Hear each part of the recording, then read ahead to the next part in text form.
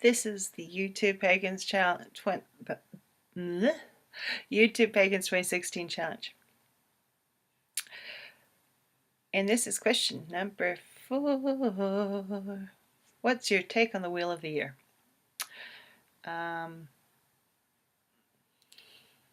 It is. Last year on my blog, I wrote a blog post about what I do for every Sabbath. And I realized I'm really lame what I do for Sabbaths because I don't do much. And I'm not sure if that comes from being solitary at this point in time or if it came from initiating into a tradition where most Sabbaths were just get-togethers, like Samhain, Hallows. It's a little more solemn and we'd have a dumb supper, but mostly they were just times we got together with the coven and students and everybody. And it was a time to invite friends too, and just chilled and laughed and had a good time, ate food. We didn't really do anything all that interesting. So, and plus living in Montana, I'm like a month behind everything. So it's like by the time we hit Imbolc in February, it's like, yeah, we have more light. And that's like the biggest fun part of Imbolc, but it's February in Montana and it's winter. And the fertility, the tree, it's like in a lot of places trees are starting to bud around Imbolc. And when I was in Salt Lake, you saw that. Here, not so much. You hit March with the equinox and it's still winter in March. Beltane can be cold.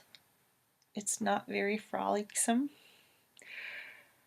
And Beltane, at this point, it's usually some journey and path working. I'm not really, they just kind of are. I kind of mark them and go, yeah, okay, that's when this happens. And if I decide to do something, I do something. I tend to hit Beltane, Hallows, and Yule. And it's really about it. If I am doing something, I'm probably out in the garden planting or something for some of them. But I don't know. I'm just, as far as the Wheel of the Year goes at this point in time, it's okay. I mark it. I do put it on my calendar. I tend not to do a lot for it though, and it just is not so much my thing at the moment as other things are. Yeah, if I found a group or something, I might be more interested in the Wheel of the Year, and I don't really feel like what each one means to me, they just, Imbolc is light, just because here it's very dark. It's 10 right now and the sun is barely coming up over the ridge line, and we'll set somewhere between 3:30 right now. I'm filming this in December, so it's dark. When I pastry chefed, I go to work in the dark and I come home in the dark, and that kind of sucked because my whole daytime was at work. So it's dark here this time of year. So, Yule is important in the fact that the days are going to get longer, and to Frigg is one of her days. So I tend to make note of her. Imbolc, lights coming back, days are definitely longer. And the late stuff, people of the north are like, oh, you start seeing light again. It's just very nice. At least up here in Montana where I am. Book. Equinox March. It's winter. I don't do a lot for it. It's freaking cold half the time. Sometimes it's snowing. Beltane is usually something I end up doing indoors just because April is kind of like spring and May's spring. Our main runoff is in June from the mountains. So that kind of, and then we hop into July, which is summer. It's like June can be very much a spring month or it can be very much a summer month. It just depends on the year. Which would lead us to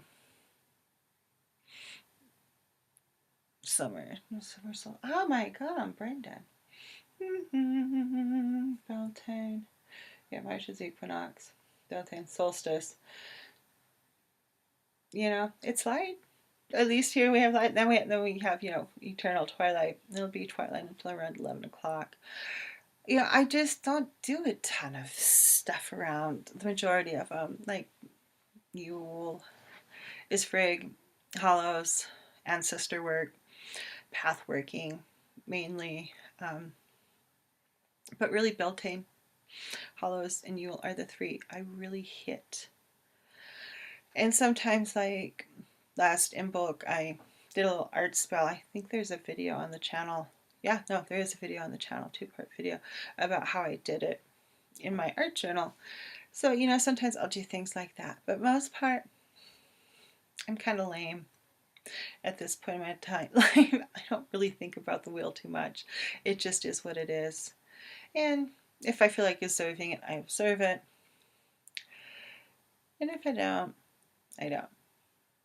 It's not a huge factor in my liturgical calendar anymore. And like I said, that could change. Find a group. It would probably change a little bit how I deal with that. But at this point in time, it just, whatever. Yeah. I think that's all I have to say about the Wheel of the Year and my take on it right now. Bye-bye.